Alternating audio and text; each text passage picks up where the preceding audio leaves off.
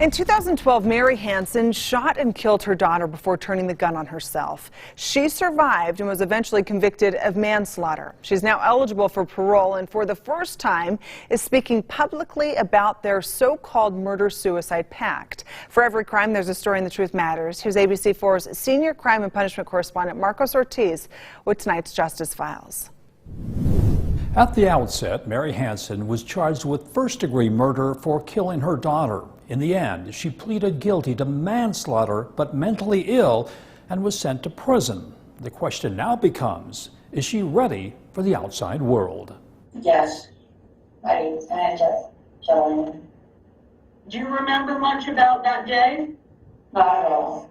It's 2012 and West Jordan police find Mary Hansen bleeding inside her car. They soon learn she shoots herself, but it's not life-threatening. But a shot to the head is fatal for her daughter, Virginia Hansen. Her mother later admits to killing her. Hansen tells police the two of them did agree to a suicide pact. In 2014, Hansen goes to prison for manslaughter but is mentally ill. The law means Hansen spends time at the Utah State Hospital, gets treatment before returning to prison when she's fit. Tuesday, Hansen appears before the parole board after becoming eligible for parole and talks to those voices in her head. After she was born, I started to hear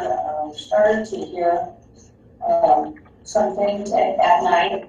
I lay down and I would hear people talking, and it made me fearful.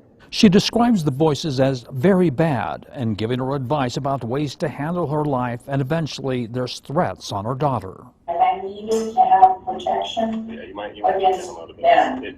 You know what I mean? If I had talked about it, something would take my daughter from me, and then they would then do stuff to her.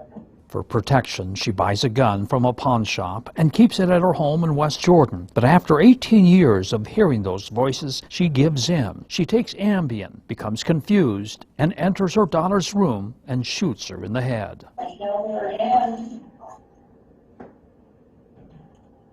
I don't know why it was okay at that point. There just wasn't any brain, you know. I didn't think that it was wrong. And she walks away with a gun in her hand and shoots herself in the head, supposedly carrying out their desire to die, but fails. I shot myself and it didn't go in. But I passed out, and then I came to. I don't know how long I was out, but I came to, and I really didn't know what I was doing. Hansen says she sometimes still hears those voices, but they don't control her life thanks to the medication she's on. The Board of Pardons will decide her future in the coming weeks. For the Justice Files, Marcos Ortiz, ABC4 News.